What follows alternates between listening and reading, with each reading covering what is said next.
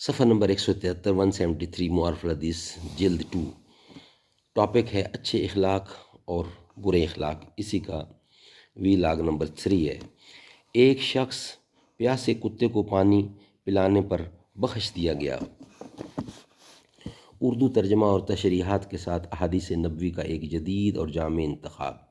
معارف الحدیث تالیف مولانا محمد منظور نعمانی رحمۃ اللہ۔ قال قال النبی صلی اللہ علیہ وسلم نحمده ونصلی علی رسولہ الکریم۔ ایک شخص پیاسے کتے کو پانی پلانے پر بھی بخش دیا گیا۔ حضرت ابو ہریرہ رضی اللہ سے روایت ہے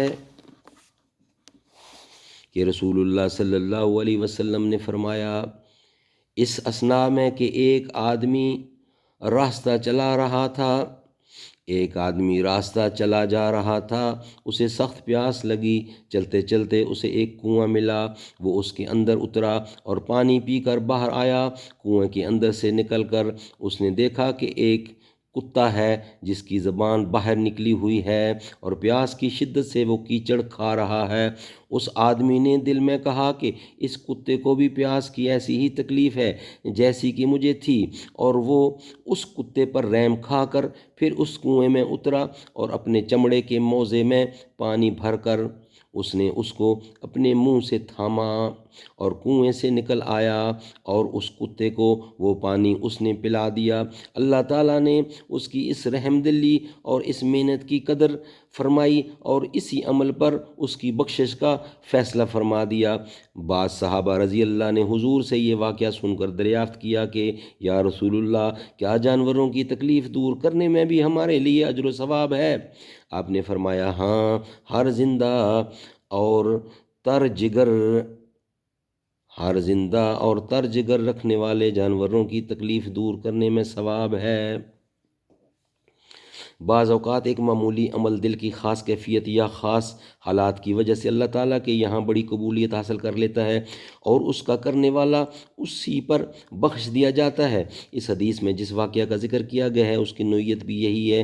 آپ ذرا سوچئے، ایک شخص گرمی کے موسم میں اپنی منزل کی طرف چلا جا رہا ہے، اس کو پیاس لگی ہے، اسی حالت میں اس کو ایک کنواں نظر پڑ گیا، لیکن پانی نکالنے کا کوئی سامان، رسی، ڈول وغیرہ وہاں نہیں تھا، اس لیے مجبور یہ شخص پانی پینے کے لیے خود ہی کنویں میں اتر گیا، وہیں پانی پیا اور نکل آیا۔ اب اس کی نظر ایک کتے پر پڑی جو پیاس کی شدت سے کیچڑ چاٹ رہا تھا۔ اس کو اس کی حالت پر ترس آیا اور دل میں داعیہ پیدا ہوا کہ اس کو بھی پانی پلاؤں۔ اس وقت ایک طرف اس کی اپنی حالت کا تقاضا یہ ہوگا کہ اپنا راستہ لوں اور منزل پر جلدی پہنچ کر آرام کروں، اور دوسری طرف اس کے جذبہ رحم کا داعیہ یہ ہوگا کہ خواہ میرا راستہ کھوٹا ہو اور خواہ کنواں سے پانی نکالنے میں مجھے کیسی ہی محنت و مشقت کرنی پڑے، لیکن میں اللہ کی اس مخلوق کو پیاس کی تکلیف سے نجات دوں۔